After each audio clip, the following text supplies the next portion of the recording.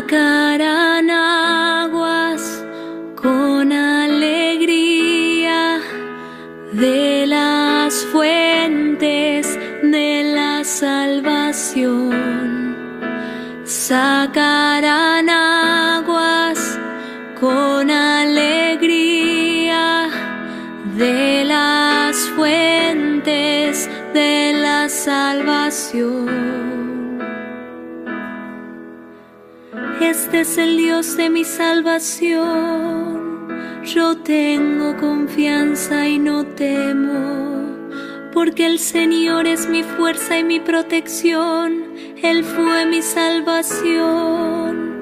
Ustedes sacarán agua con alegría de las fuentes de la salvación.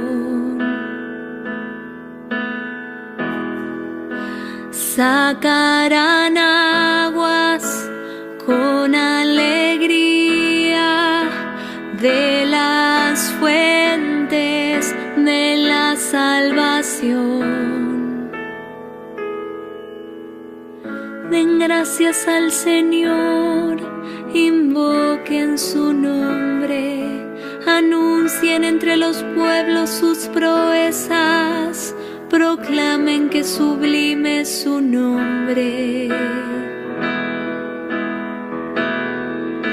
Sacarán aguas con alegría de las fuentes de la salvación.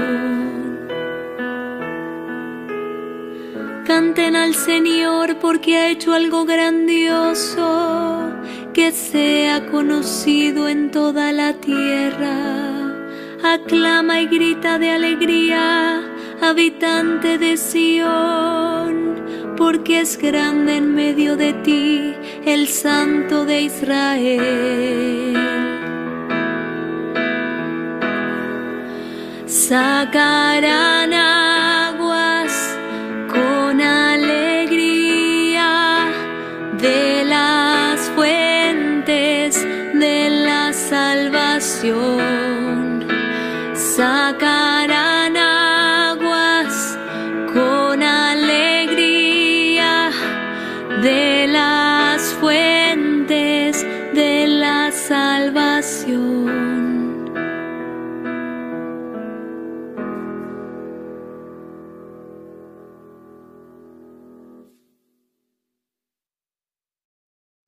Hola, buenas noches.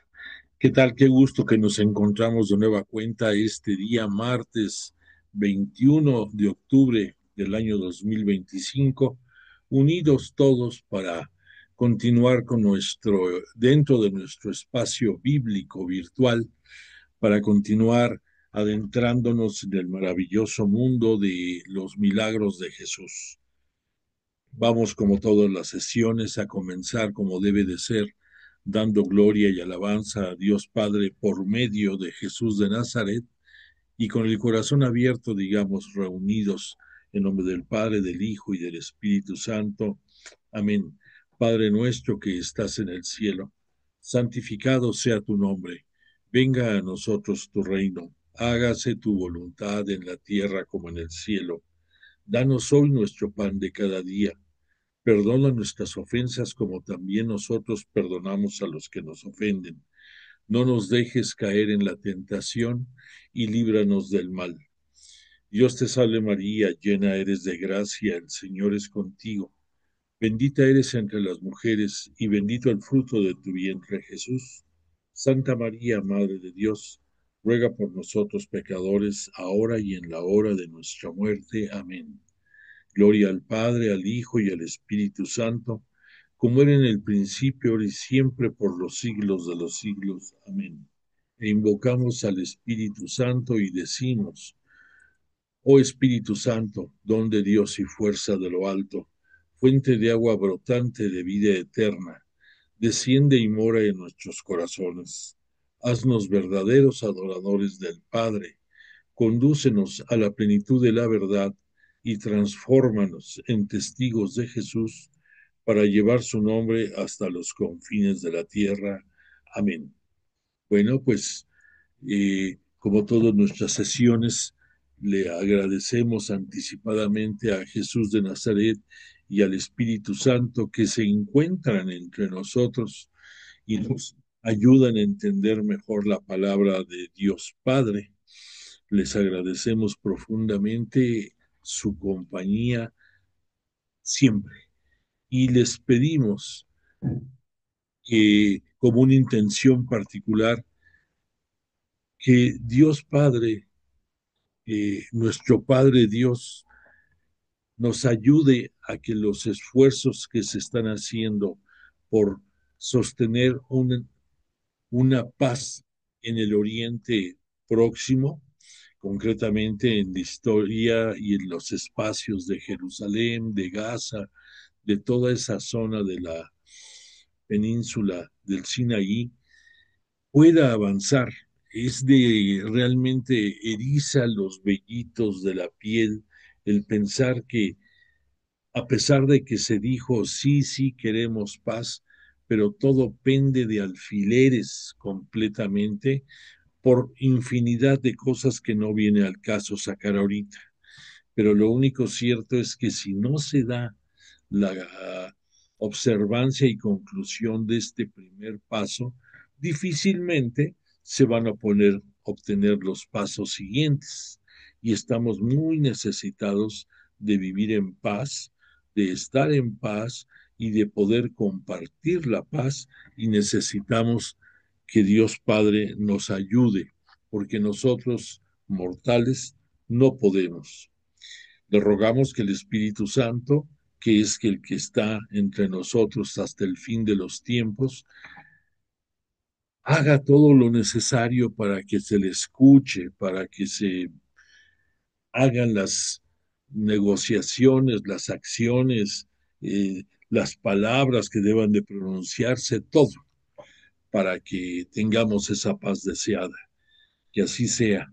Y eh, como una esperanza escogimos para esta noche en el canto de entrada, refiriéndose al Salmo número 13, que tiene el título de Clamor Confiado.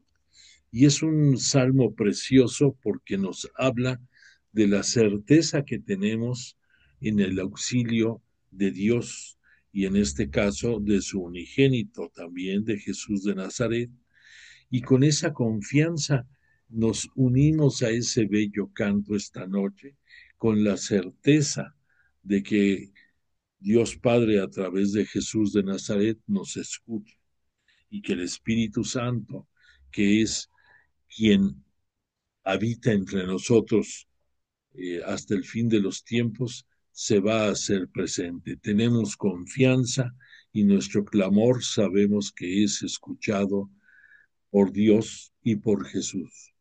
Bueno, pues que así sea.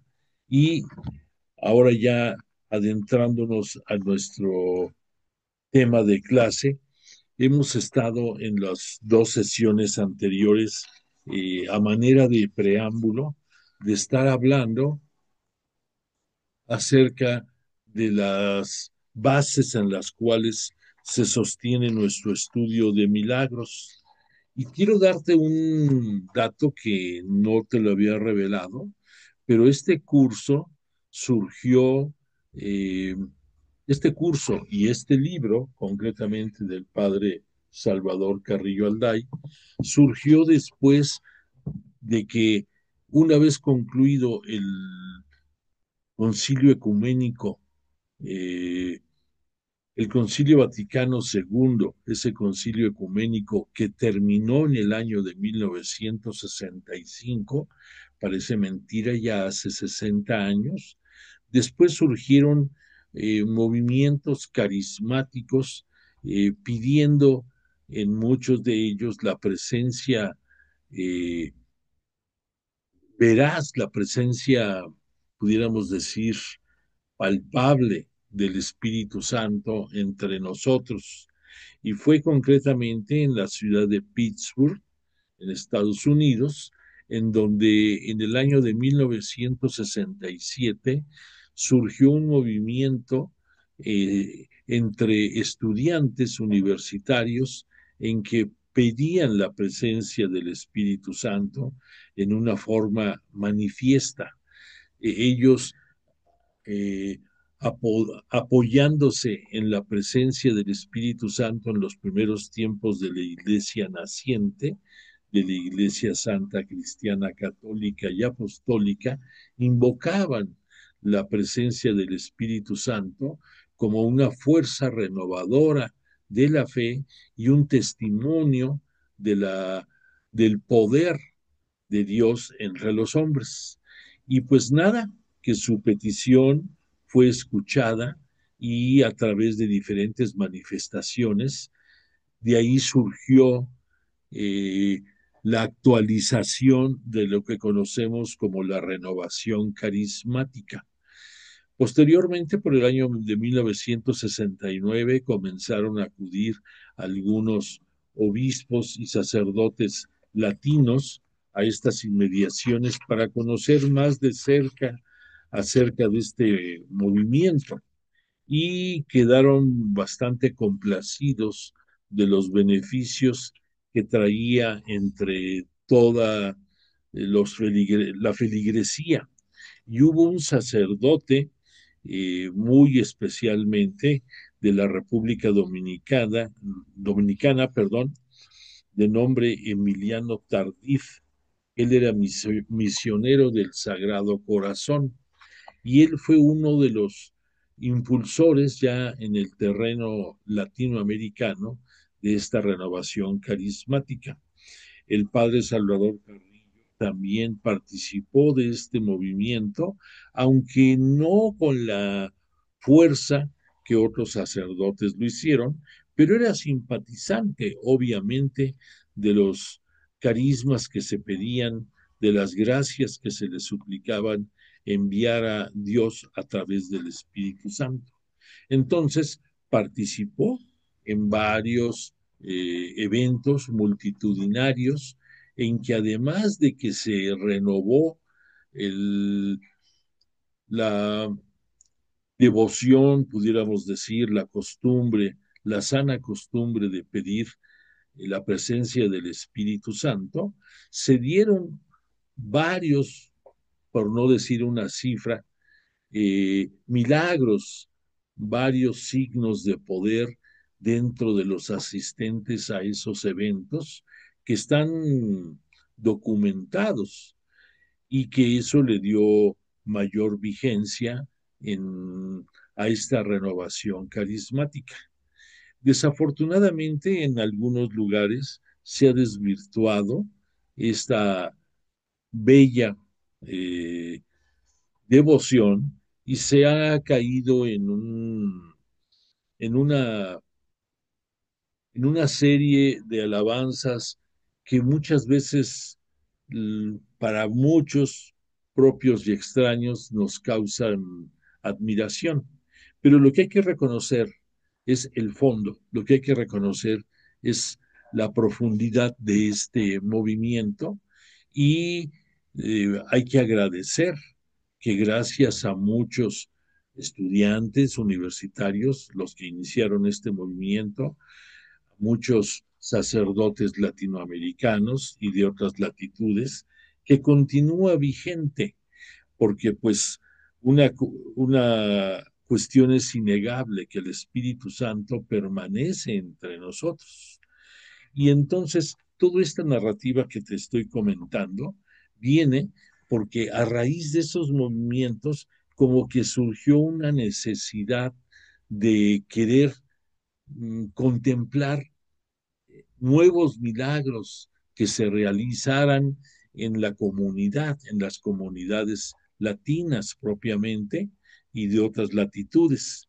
Y se han ido dando muchas de ellas. Y de ahí surgió esa necesidad de, de estudiar más de cerca la espiritualidad al Espíritu Santo, porque debo de comentar que salvo algunas pequeñas intervenciones de la mayoría de nosotros cristianos católicos, conocíamos al Espíritu Santo al persignarnos en alguna pequeña jaculatoria, en alguna pequeña invocación, pero no conocíamos más realmente acerca de la tercera persona de la Santísima Trinidad.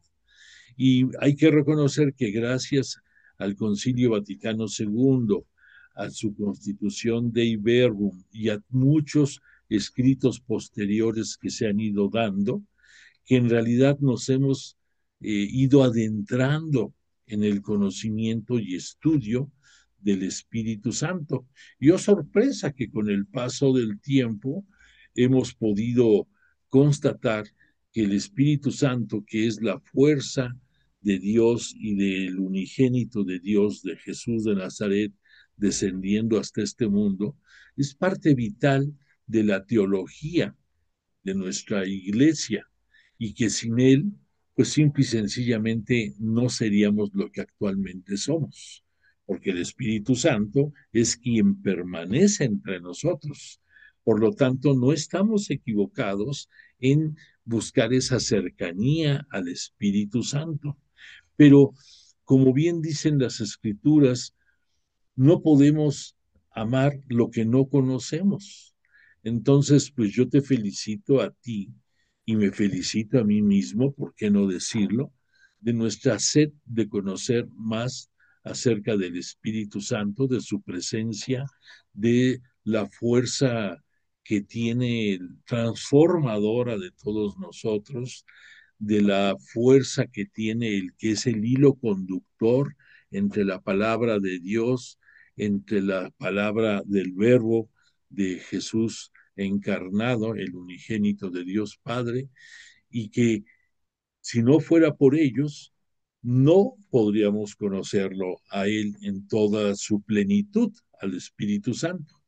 Entonces, eh, yo te diría que una práctica recomendable, aunque no puedas entender perfectamente el alcance de tu jaculatoria o de tu invocación, es que no pase día, que no pase ningún día de tu vida en que digas, ven Espíritu Santo, ven Espíritu Santo, ven Espíritu Santo, manifiesta tu presencia en mí, en mi vida diaria, en la de mi familia y en todo lo que hay, sucede o deba de suceder en nuestra iglesia.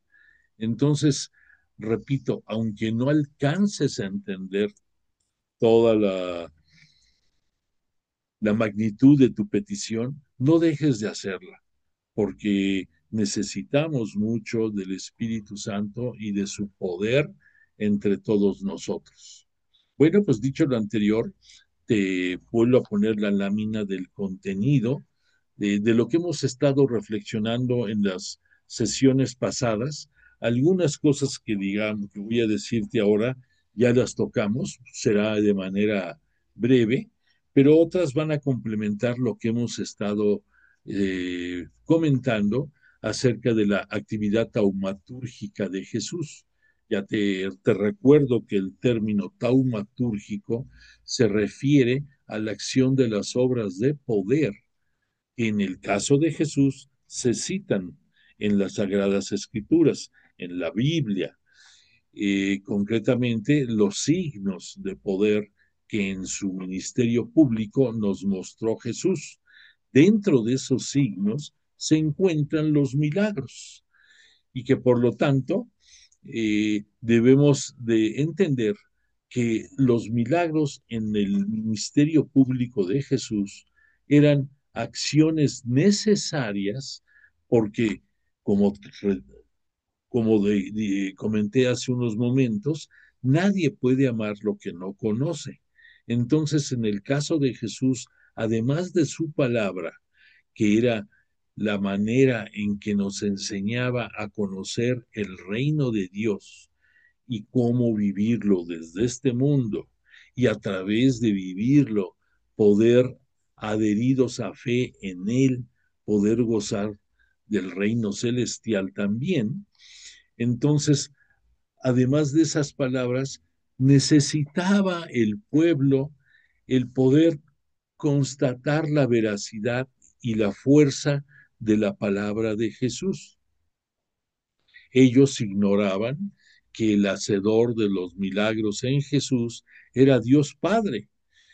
Y Jesús nos iba a meter en un principio en aclaraciones, pero siempre le dio el lugar de preponderancia a su Padre. Nunca hizo acciones para decir, esto lo hago yo, estos milagros yo los realizo.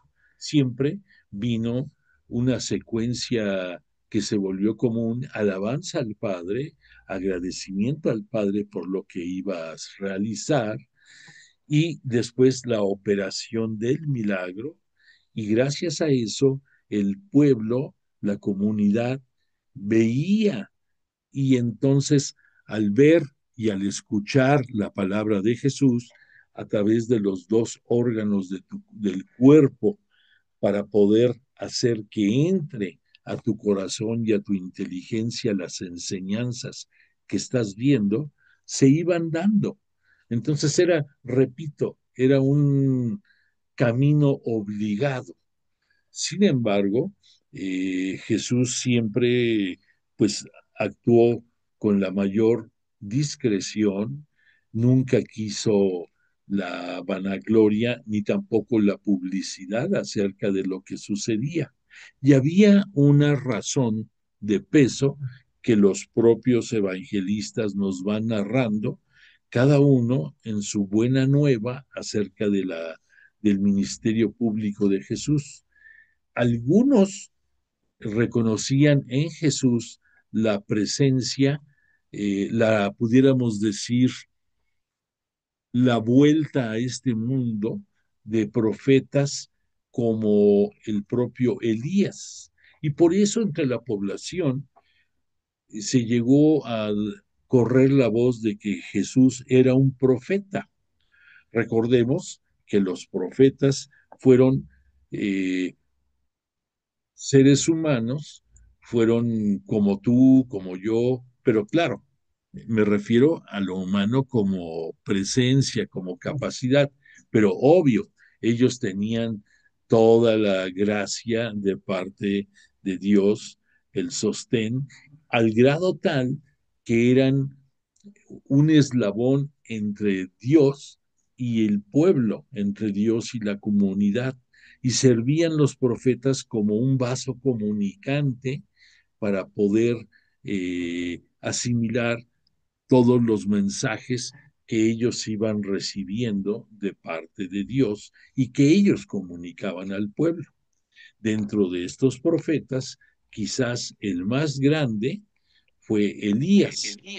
Y entonces a algunos de los integrantes de la comunidad citaban a Jesús como profeta. Había razones de sobra para que así lo manifestaran, pero lo que no reconocían en él era que era el Mesías esperado. Y el propio Jesús, por discreción, era la razón por la cual les pedía a los que habían transformado su vida al haber recibido un milagro de parte de Jesús, que no lo divulgaran, que no dijeran quién lo había hecho, ni dieran más pormenores, porque él sabía perfectamente que muchas de las autoridades religiosas judías no iban a aceptar que él era el Mesías esperado.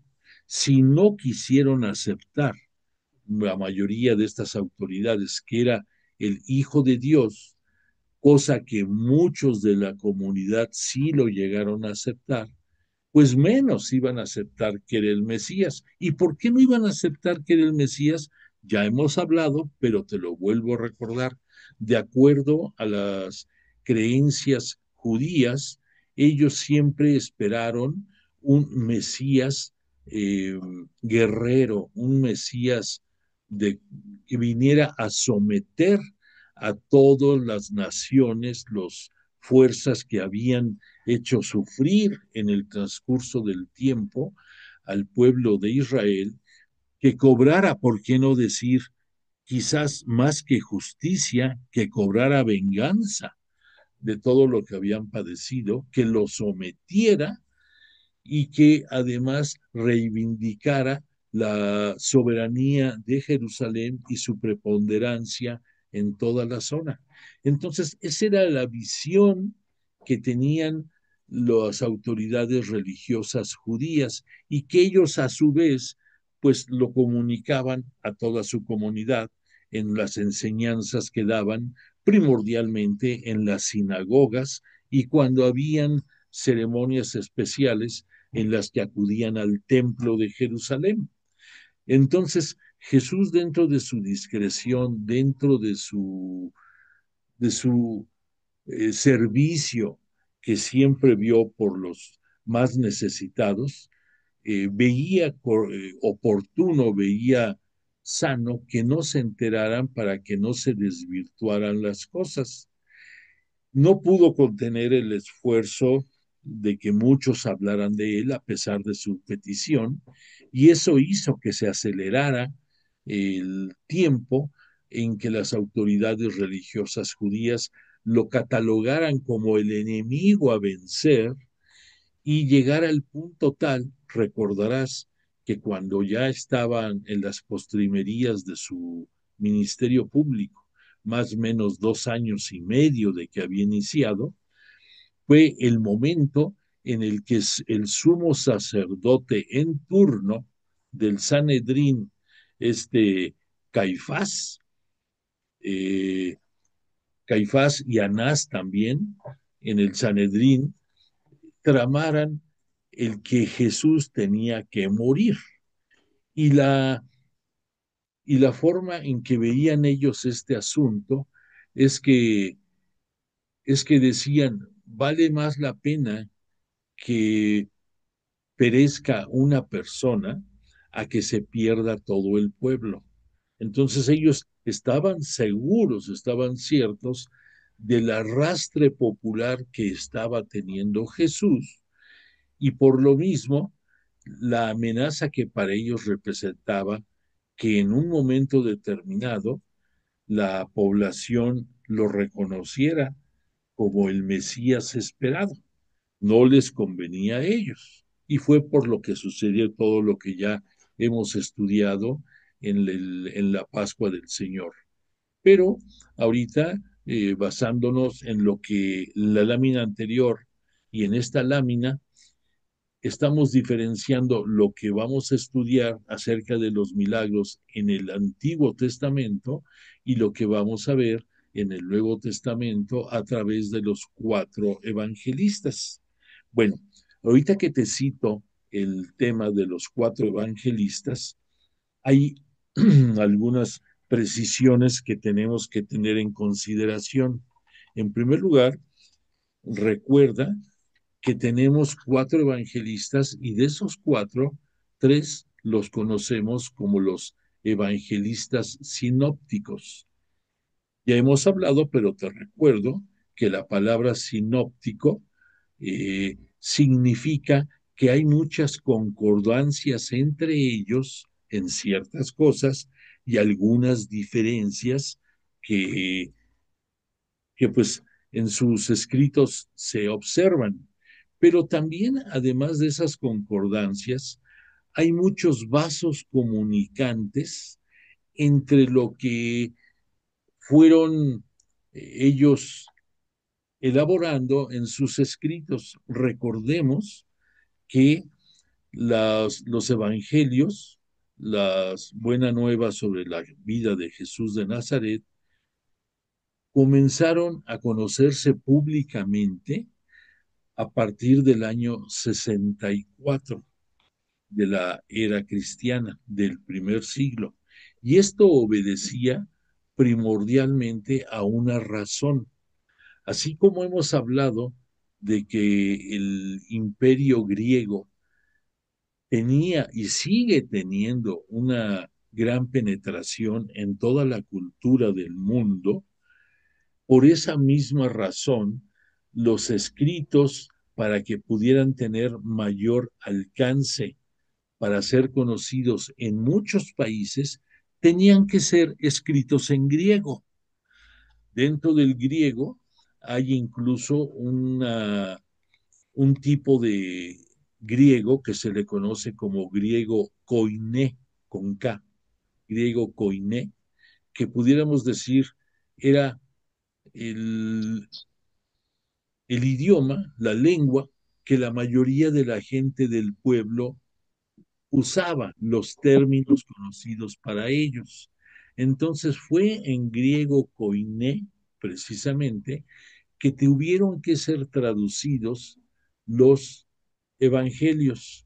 Estos evangelios, a excepción del evangelio de Lucas, que Lucas lo escribió directamente en griego, pero el de Marcos y el de Mateo, Mateo tenía bastante conocimiento del griego, pero fue una mezcla entre hebreo y griego, su versión original. En el caso de Lucas, repito, sí fue escrito en griego. En el caso de Marcos fue necesario que se tradujera para que pudiera llegar a sus destinatarios finales. Entonces, por ese detalle de la traducción obligada del escrito, que en este caso era en arameo o en hebreo, al griego, pues no fue rápido el que llegaran estos libros a las comunidades a las cuales fueron destinados. Punto número uno.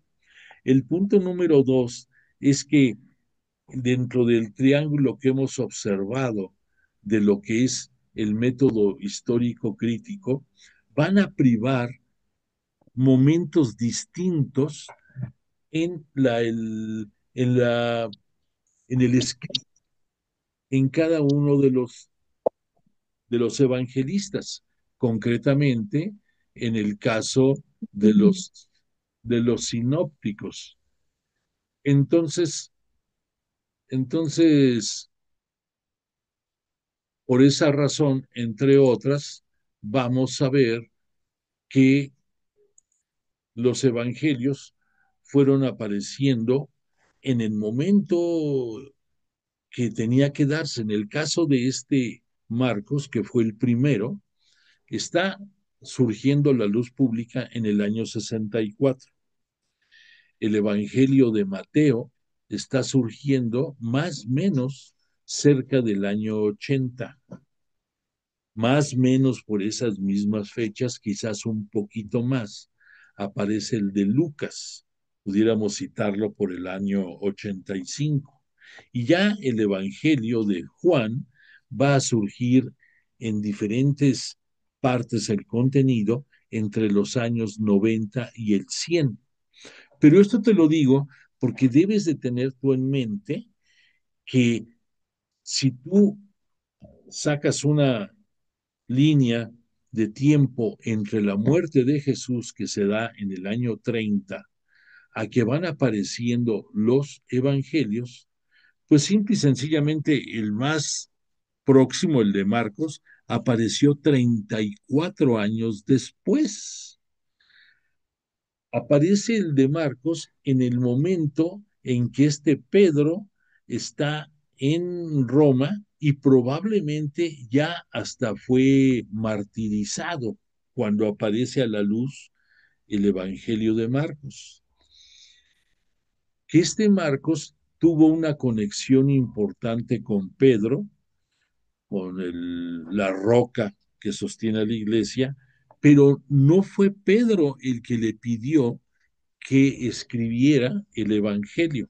Este Marcos fungió en distintos momentos como un secretario particular de Pedro, mas no tuvo la responsabilidad de parte de Pedro de que escribiera el Evangelio.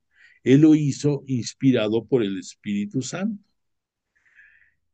Que recordemos que este Marcos dirige su evangelio a la comunidad cristiana que se encuentra en Roma y que están siendo asediados por las persecuciones del Imperio Romano, más o menos antes del año 50, sobre todo por Nerón, y más adelante será por Domiciano.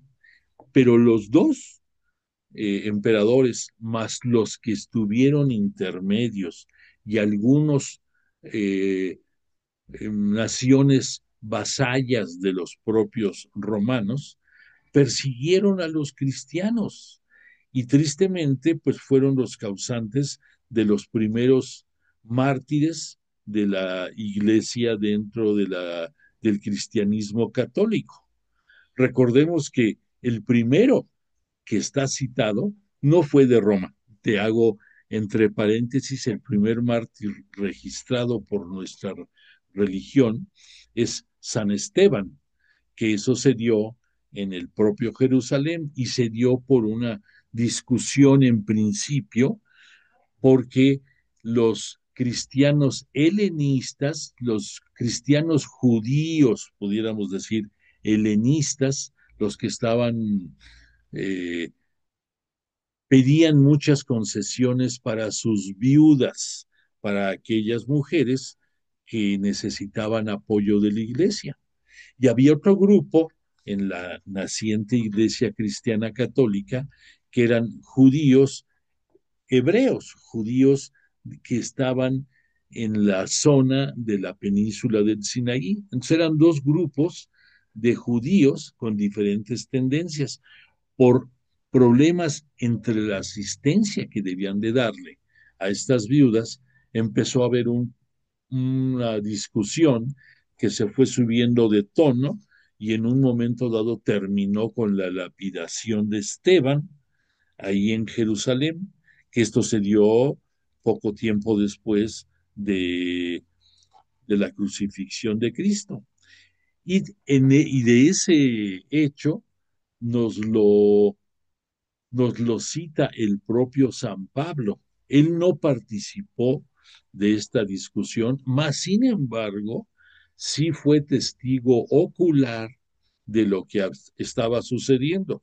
En aquellos tiempos era cuando este Pablo todavía no había recibido su transformación, ese momento que nos cita la religiosidad cristiana católica de su conversión.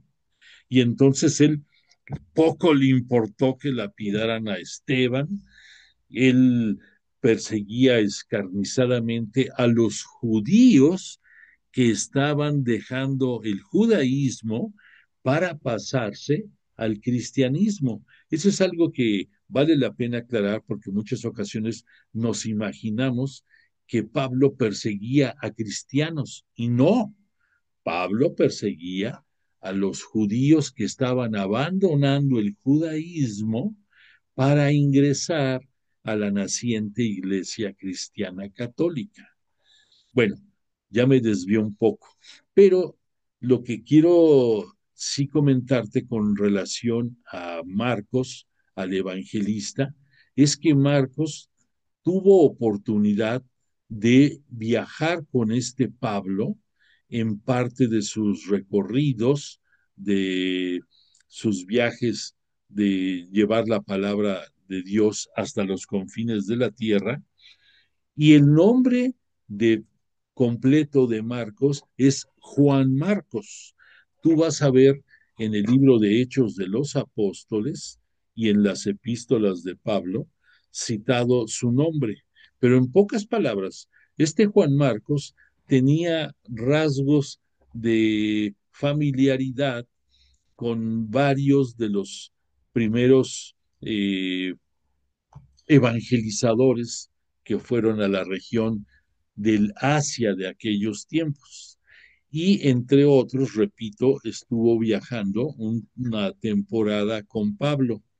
A Pablo no le gustó que en uno de los recorridos que tenían que hacer había que cruzar una cordillera que era muy peligrosa por los naturales que ahí vivían, asaltantes y que eran enemigos de de los hebreos y también de los romanos, muchos de ellos. Y entonces este Juan Marcos no quiso seguir a este Pablo en esa travesía por la cordillera. Y este Pablo, que era de armas tomar, bastó eso para que le diera cordón, para que lo mochara. y acabó ese viaje y no lo invitó de nueva cuenta a andar con ellos. Otro detalle interesante ahorita que citamos a Pablo es que también este Pablo va a tener mucho contacto con Lucas, el tercero de los evangelistas sinópticos. Este Lucas va a ser muy amigo de este Pablo, va a acompañarlo en varios momentos de su predicación, sobre todo cuando estuvo preso, y lo va a acompañar cuando estuvo detenido en distintos momentos. Va a ser amigo personal de Pablo porque Lucas tenía altos conocimientos de medicina, entre otras cosas, de pintura, de ciencia. Era un hombre muy preparado, este Lucas. Y entonces, esto te lo comento porque sin querer, obviamente, dentro de la pluma, dentro de los escritos, tanto de Marcos como de Lucas, hay influencia del propio Pablo. Y eso, pues, luego no nos damos cuenta. Pero entonces, esto ya fue como, pudiéramos decir, como cápsula adicional para que nos ubiquemos. Lo importante del caso es que los tres evangelistas sinópticos, por los tiempos, los sinópticos, ok, estamos hablando de Marcos, estamos hablando de Mateo y de Lucas, escribieron en distintos tiempos. Entonces, esto nos va a dar un enfoque distinto, aunque a veces estén hablando del mismo evento, pero tenemos que tomar en cuenta tres diferentes fechas. Primero, la fecha en el que el evento históricamente se dio. En este caso, cuando Jesús de Nazaret, dentro de su ministerio público, obró el milagro referido. En segundo lugar, tenemos que tomar en consideración el tiempo en el que el evangelista lo escribió o lo transcribió de la tradición oral, allá pasarlo por escrito. En todos ellos hay una diferencia de tiempo suficiente. Entonces vamos a tener que tener cuidado en analizar qué fue lo que movió, qué fue el mensaje recibido por el autor sagrado para que pasado X tiempo se refieran a un evento sucedido en tiempos pasados en la época de Jesús de Nazaret. Y como un tercer paso, tenemos que tener cuidado para sacar el provecho debido en que ese mensaje que el Espíritu Santo les envió a los escritores sagrados tiene una connotación que esté invitando a que lo que ellos están escribiendo tenga oportunidad de una actualización tanto a los tiempos en que los van a leer en las Sagradas Escrituras su narración, como también esa actualización obligada a nuestros tiempos. Recordemos que la palabra de Dios es eficaz y no va a retornar a los cielos sin lograr su propósito de, de hacer que germine en este mundo y que dé fruto la palabra de Dios y que además de eso, la la lengua de Dios Padre y la lengua del Verbo de Jesús son iguales, son como espadas de doble filo que penetran hasta la médula y hasta las entrañas de cualquiera y van a lograr su cometido. Y si no, pues van a acabar con el que se no quiera reconocer. Recordemos que no hay medias tintas en el caso de Dios, que estás con Él o estás en contra de él. No hay medias tintas. Entonces, tomando todo este entorno, tenemos que tener cuidado para cuando estemos estudiando ya en lo particular los milagros citados, que reconozcamos eso, que veamos que no es contradicción entre los sinópticos, sino que por estos momentos que estamos diciendo, el enfoque puede ser distinto en cada uno de ellos. Entonces, ya dicho todo esto, te quiero decir que dentro de las claves para la correcta interpretación de los milagros, debemos de considerar que los milagros forman parte de el plan de salvación operado en los tiempos de la plenitud a través de Jesús de Nazaret, el unigénito de Dios Padre, porque lo envió para darnos a conocer el reino de Dios y nos los envió por su misericordia y por el gran amor que nos tiene a todo el género humano, a toda la humanidad, con dos finalidades. Una, que se completara la historia de las, vale la redundancia, que se culminara la historia de la salvación, pero más que nada que aprendiéramos a través de Jesús de Nazaret cómo vivir el reino de Dios desde este mundo. Y esto tenía que lograrse por lo mismo a través de palabras y de obras, o dilo al revés, de obras y palabras. Esto es importantísimo que lo tengamos en consideración.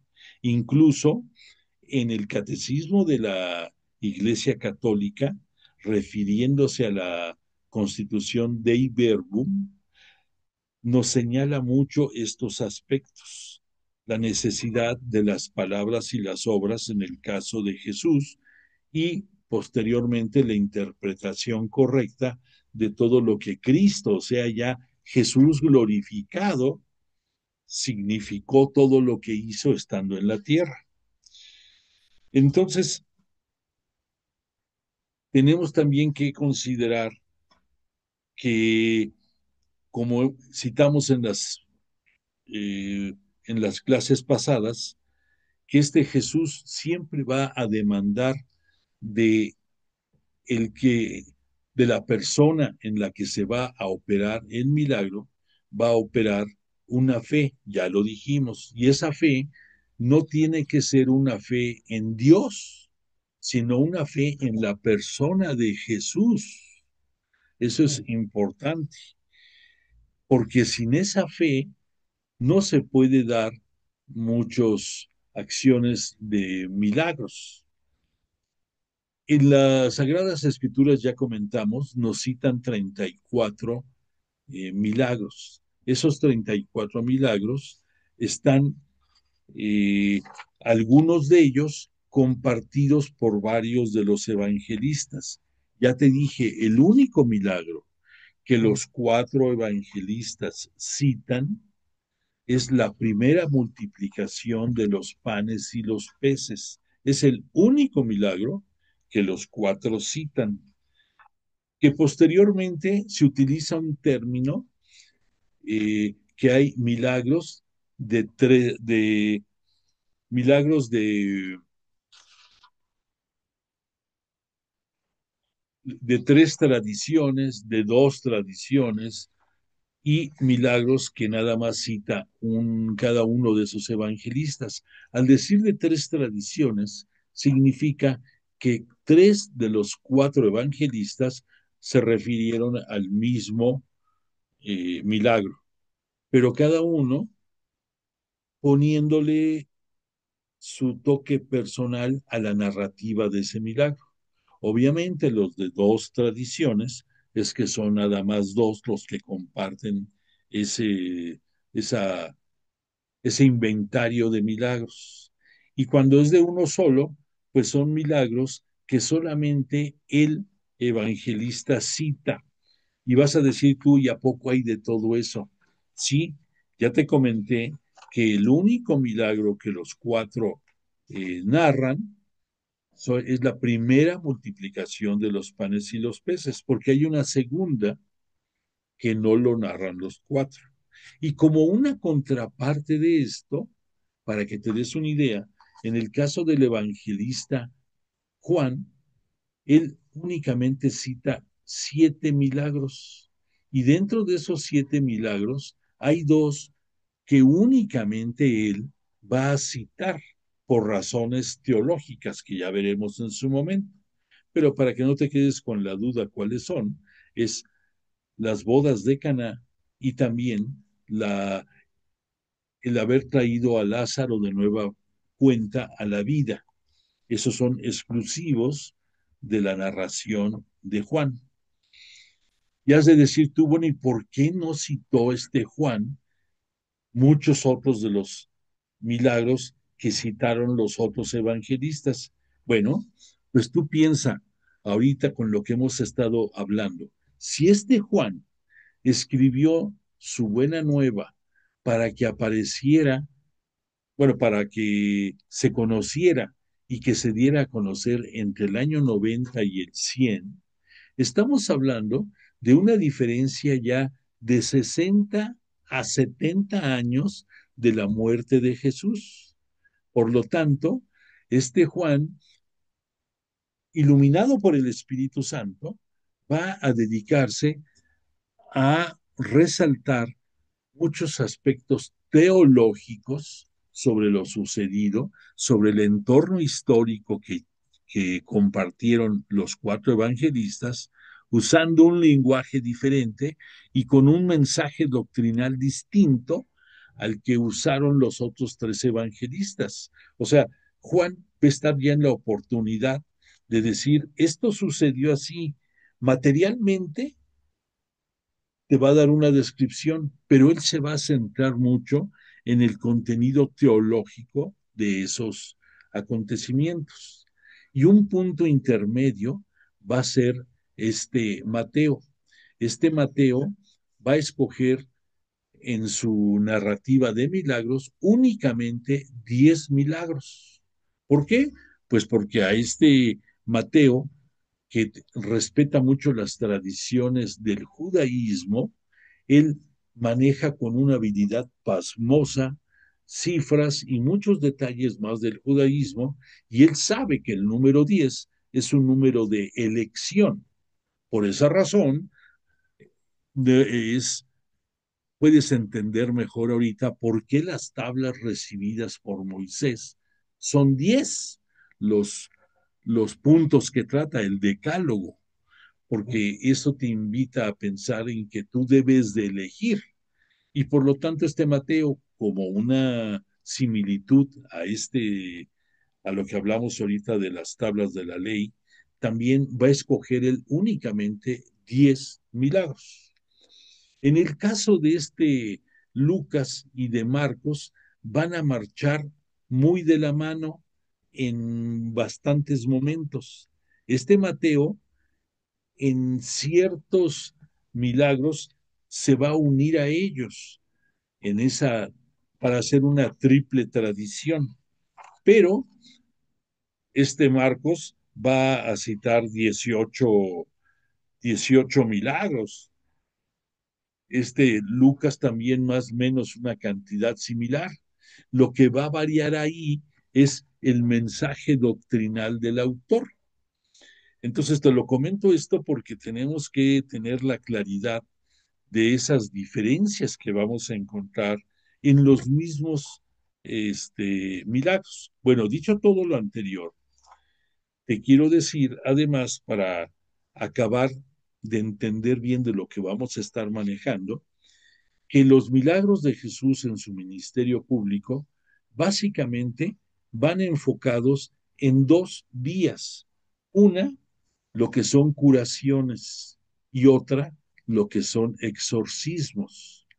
Al hablar de curaciones, obviamente, ahí engloba la necesidad material que tenía una persona para poder recobrar la paz que necesitaba. Al decir esto, es que no solamente encajan aquí curaciones de enfermedades, sino también curaciones en muchos casos, ¿por qué no decirlas? Psicológicas de las personas, curaciones por por 20,000 cosas. O sea, pero no solamente enfermedades. Ahora, los exorcismos es otra línea obligada dentro de los milagros de Jesús. Y para que entendamos un poco mejor el por qué los exorcismos, tenemos que pensar en dos situaciones. Si Jesús fue enviado en la historia de la salvación, en su ministerio público, a ayudarnos a entender la palabra de Dios, Jesús es la personificación del bien y el bien tiene un enemigo lógico y común que es el mal. Entonces, ¿quién representa al mal por toda la historia? El demonio, Satanás, los ángeles caídos. Entonces, si Jesús venía con la misión de enseñarnos a conocer y a resaltar el bien, pues tenía que sumir, controlar y aniquilar al mal. Por esa razón, era obligado que dentro de sus milagros hubiera exorcismos. Ahora, el siguiente punto es que dentro del judaísmo de ese tiempo en que Jesús estuvo entre nosotros, tenía mucha influencia de acciones de exorcismos operados por autoridades religiosas y otras no religiosas judías. Había un término, existe un término que le llaman Hasidim, que es un término para nombrar a personas muy piadosas. Y muchos de esos Hasidim se dedicaban a efectuar exorcismos, a sacar al malo de las personas. Pero en el caso concreto de Jesús de Nazaret, era obligado que, vamos a ver en Marcos, que es el primer evangelio que sale, cuál es el primer milagro que nos va a citar para que para que ya entremos en materia. En el caso de Marcos, el primer milagro que nos va a citar y que también nos los va a citar Mateo y también nos los va a citar Lucas, es el exorcismo obrado en la sinagoga de Cafarnaúm,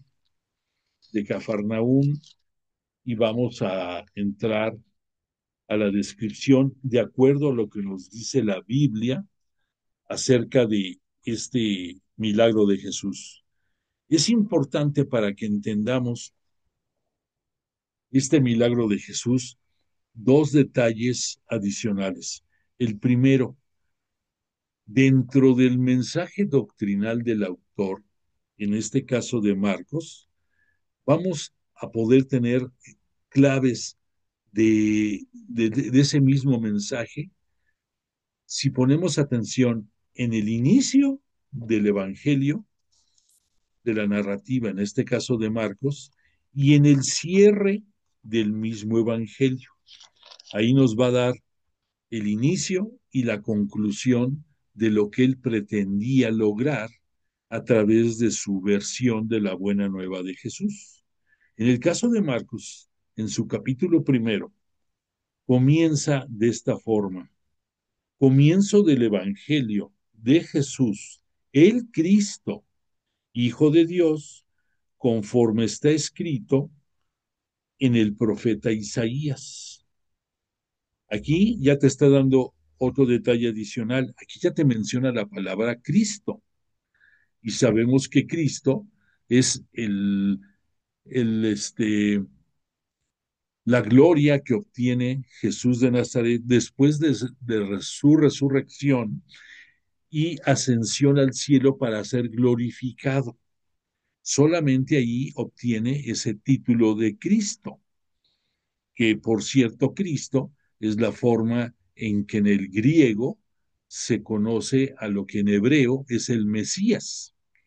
Bueno, entonces aquí ya te está dando una pauta. Ya pasó el tiempo suficiente para que el evangelista nos hable ya de un Cristo, no solamente de Jesús.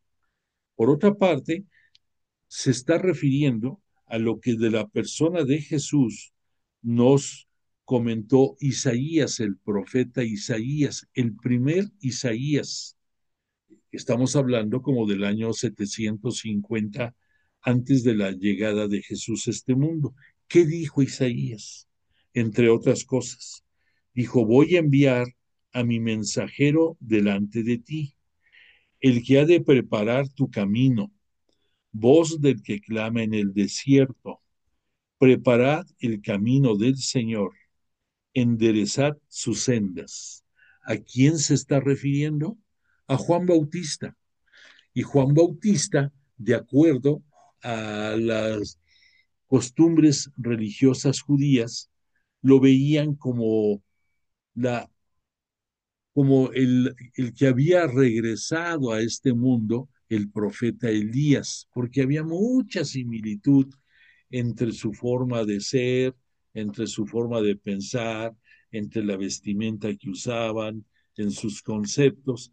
Entonces Marcos aquí nos está situando de dónde está comenzando. Está comenzando con el propio Juan Bautista. ¿Y cómo va a cerrar este Marcos en su Evangelio, que es el más corto de todos, 16 capítulos? Va a cerrar su Evangelio con con la siguiente narrativa. Dice, por último, estando a la mesa los 11 discípulos, se les apareció Jesús y les echó en cara su incredulidad y su cerrazón de mente, por no haber creído a quienes le habían visto resucitado. Luego les dijo, id por todo el mundo y proclamad la buena nueva a toda la creación. El que crea y sea bautizado se salvará. El que no crea se condenará. A los que crean en mi nombre expulsarán demonios, hablarán en lenguas nuevas, agarrarán serpientes en sus manos y aunque beban veneno, no les harán daño. Impondrán las manos, impondrán las manos sobre los enfermos y se pondrán bien, o sea, operarán milagros.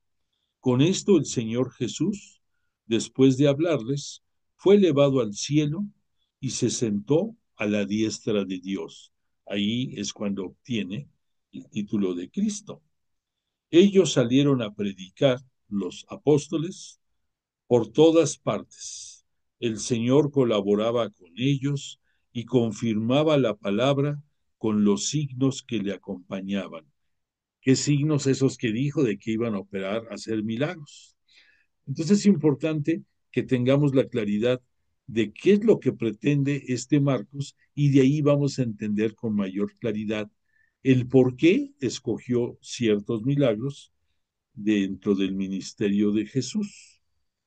Por otra parte, es importante que por ser este evangelio destinado a una comunidad que urgía que tuvieran elementos para acrecentar su fe en Cristo, a tal grado de que estuvieran dispuestos a entregar su propia vida en aras de la nueva religión fundada por nuestro Señor y Maestro.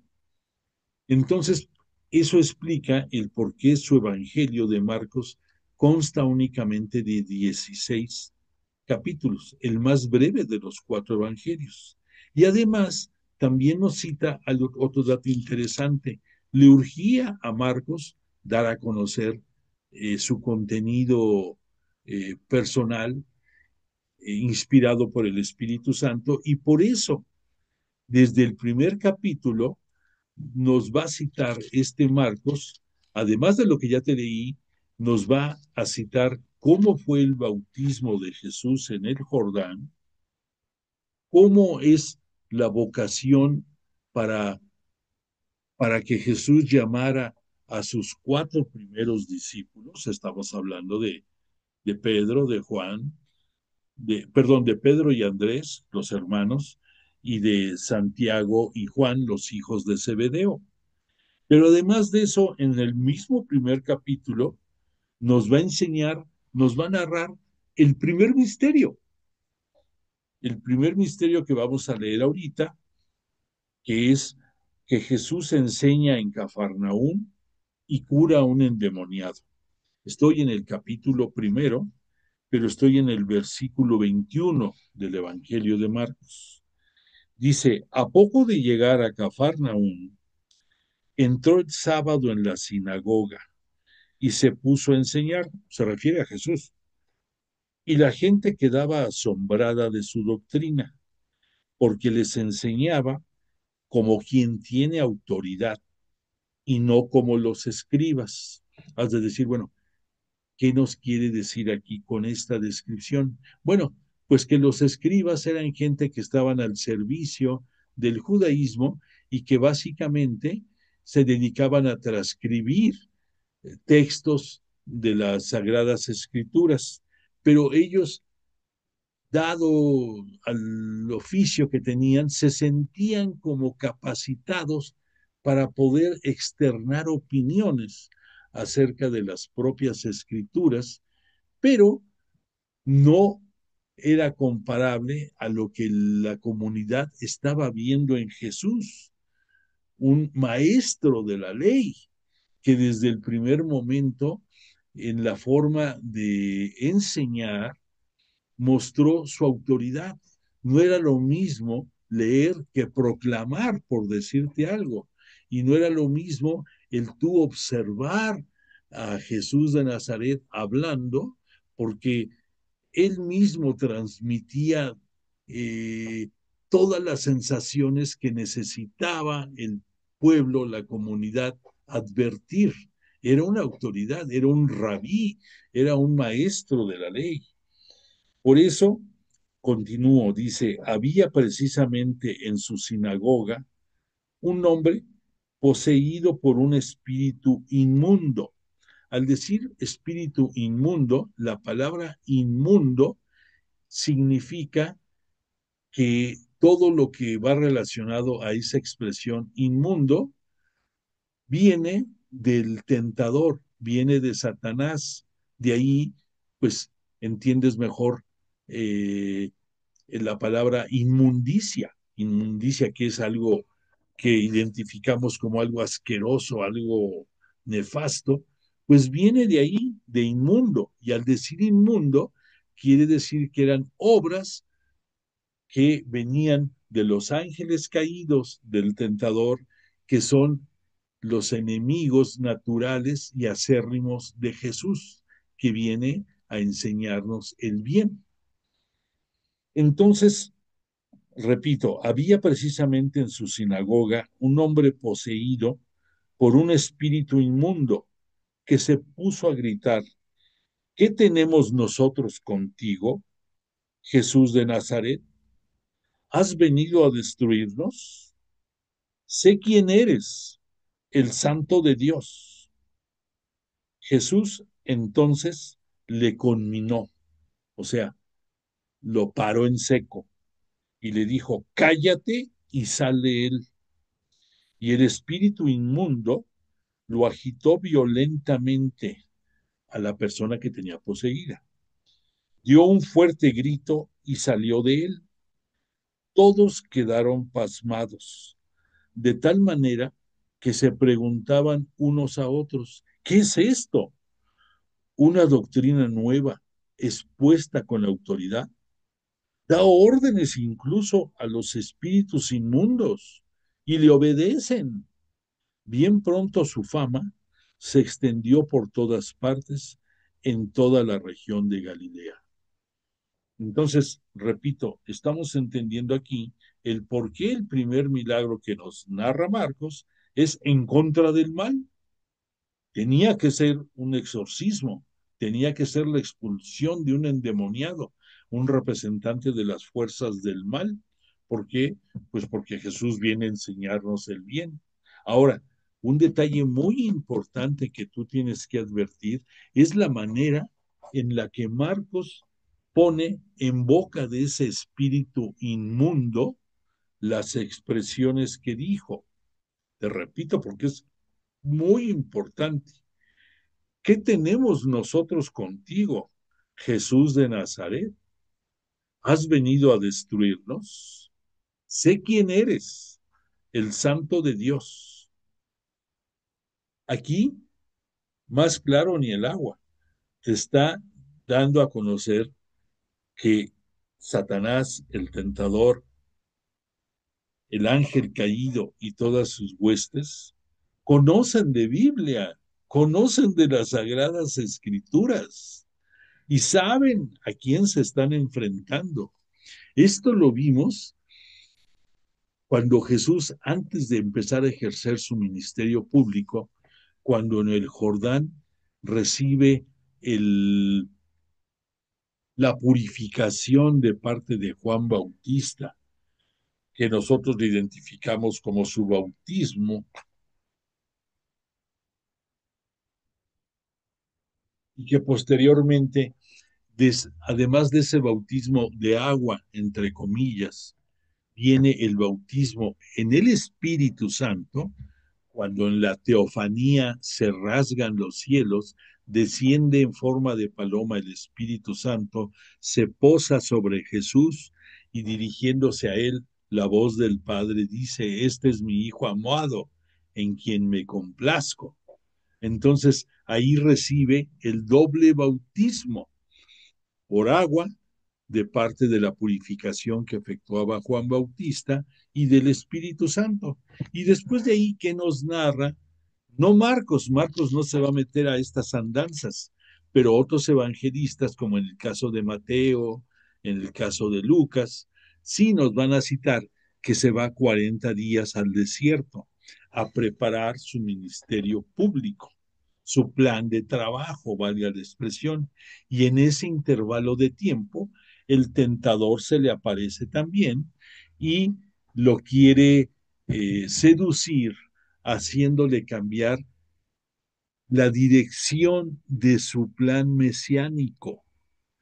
El tentador, obvio, por ser el mal, él quería que Mesías, que Jesús como Mesías fuera con el corte del que buscaban esos autoridades religiosas judías, ese guerrero que sometiera y a cambio de eso le ofrecía riquezas, poder, el mundo completo. Y has de decir tú, ¿cómo es posible que el demonio le ofreciera al Hijo de Dios esas, recompensas? Bueno, pues tomemos en cuenta que el Hijo de Dios está en su condición de humano entre nosotros.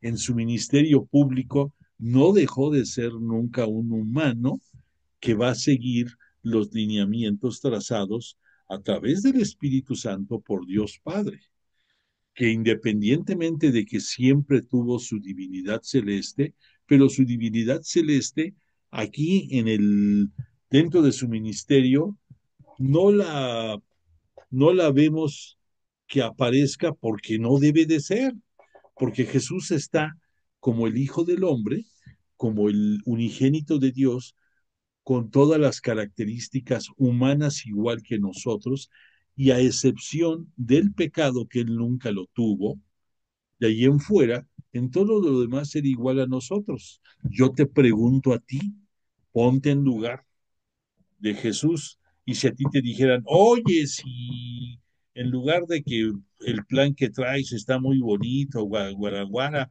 pero ¿qué tal si mejor haces esto y esto otro?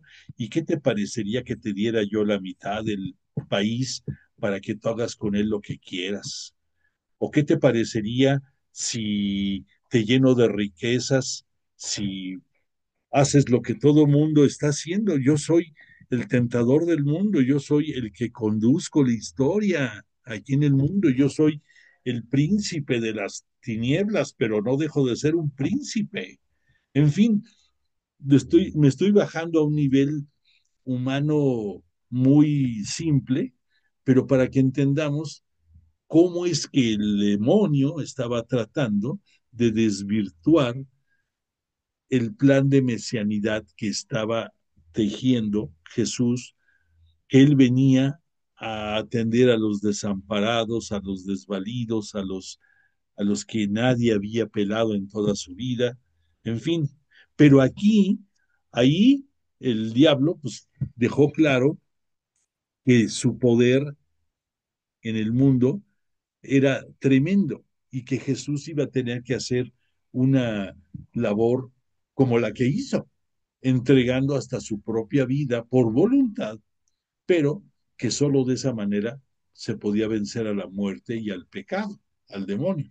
Pero aquí en este episodio, en este exorcismo que nos presenta Marcos como primer milagro dentro de su narrativa de evangelio, nos está dando claramente la lección de que los demonios conocen de Sagrada Escritura y muchas veces nos van a querer confundir. Por eso Jesús dentro de su ministerio público nos dijo en algunos momentos, jamás enfrentes al demonio.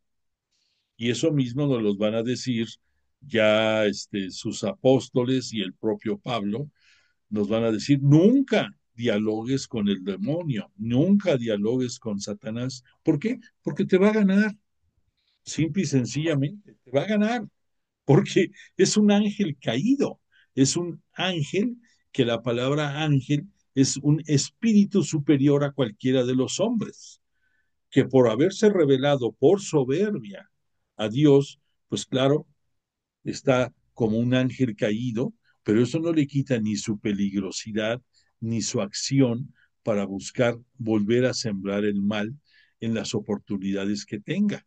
Y por esa razón estamos contemplando ahorita en los riesgos del Oriente Próximo, en toda la zona de Jerusalén, de Gaza, de todas esas zonas, de Irán, de otros, todas esas zonas que el demonio anda suelto queriendo lograr sus propósitos, queriendo echar abajo los proyectos de paz y querer confundir y hacer que por beneficio de cada país se vuelva un caos toda esa zona y nos tiene a todos asustados, ¿por qué no decirlo?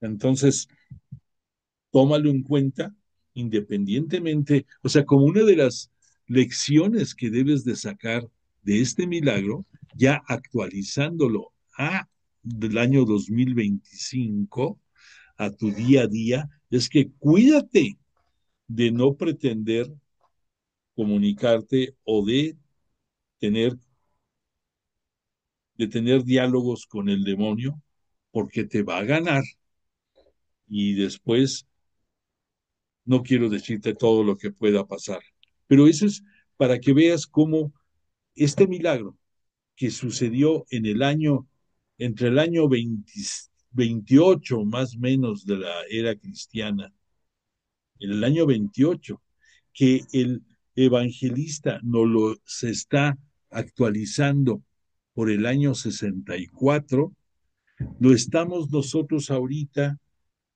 actualizando al año 2025.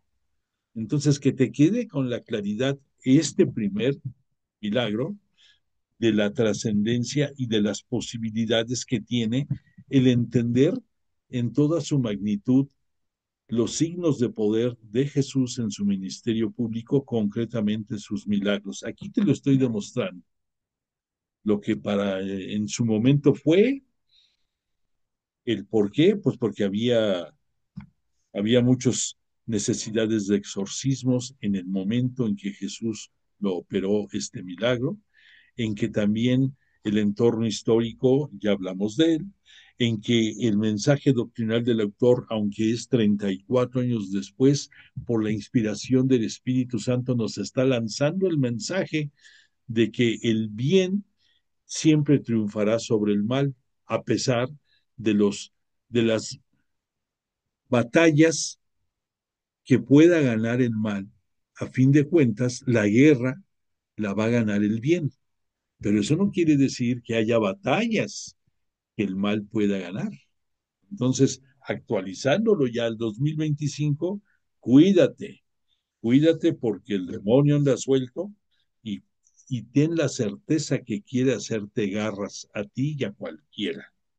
Bueno, continuando con esta narrativa, nos cita este Marcos de inmediato otro milagro más que se refiere a la curación de la suegra de Simón. Simón, el que después va a ser Kefas, que va a ser Pedro. Y lo pone muy breve, fíjate. Estoy en el mismo capítulo primero, versículo 29. Cuando salió de la sinagoga, se refiere a Jesús, se fue con Santiago y Juan a casa de Simón y Andrés. O sea, va Jesús con los cuatro primeros discípulos que él invitó a dejar las redes y a seguirlo a él, y van hacia la casa de Simón y de Andrés. La suegra de Simón estaba en cama con fiebre y le hablaron de ella. Se acercó Jesús y tomándola de la mano, la levantó, la fiebre desapareció y ella se puso a servirles. No nos dice más, no nos dice ni cómo se llama la suegra, ni cuánto tenía de temperatura, ni cuál era la dolencia que tenía, nada más nos dice que tenía fiebre. Entonces tú te puedes imaginar tanto que tenía 38,2 hasta que tenía 42 y estaba a punto de irse, piensa lo que quieras.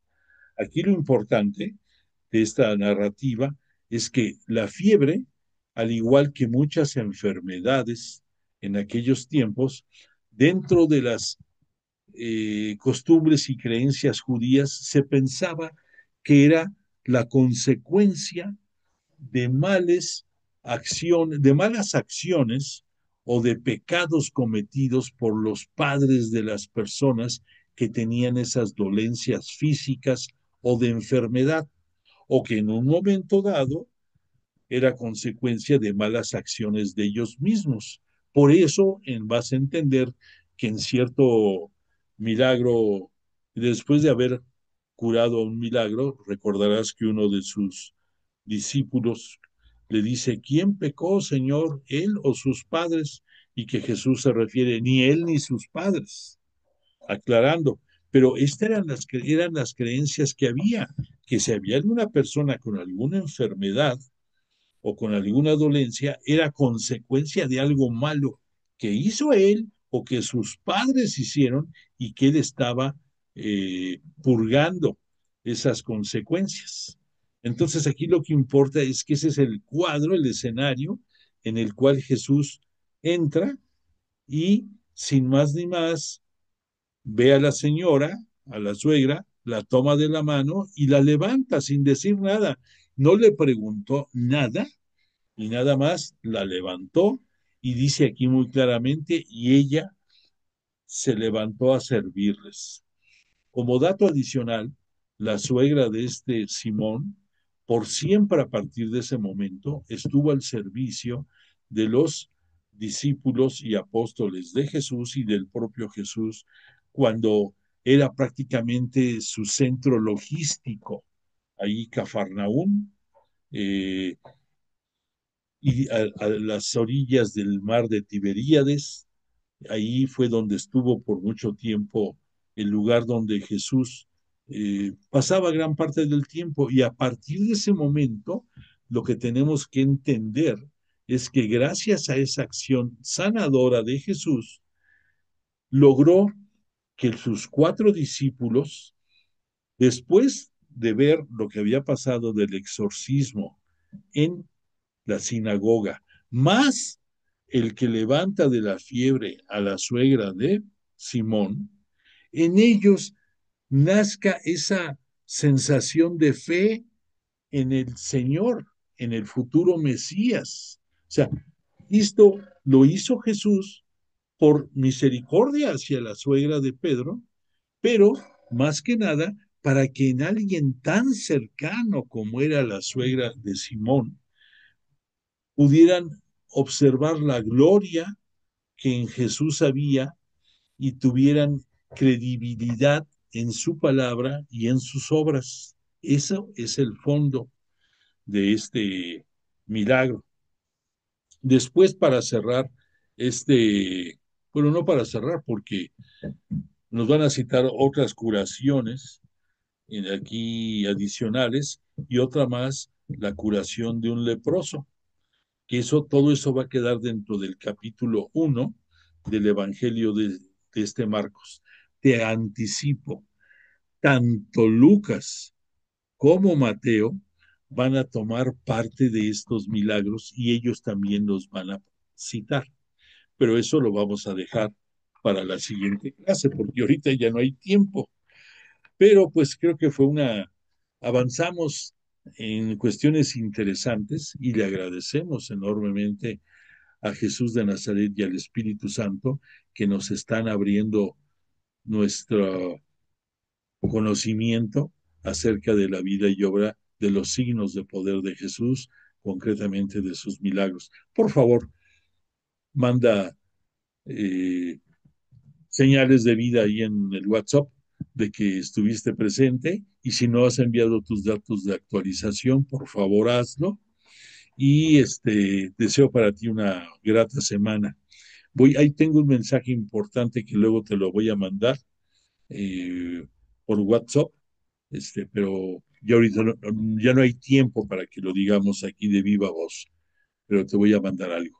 Te pongo la canción de cierre y agradezco tu presencia y que tengas una muy grata noche. Que descanses.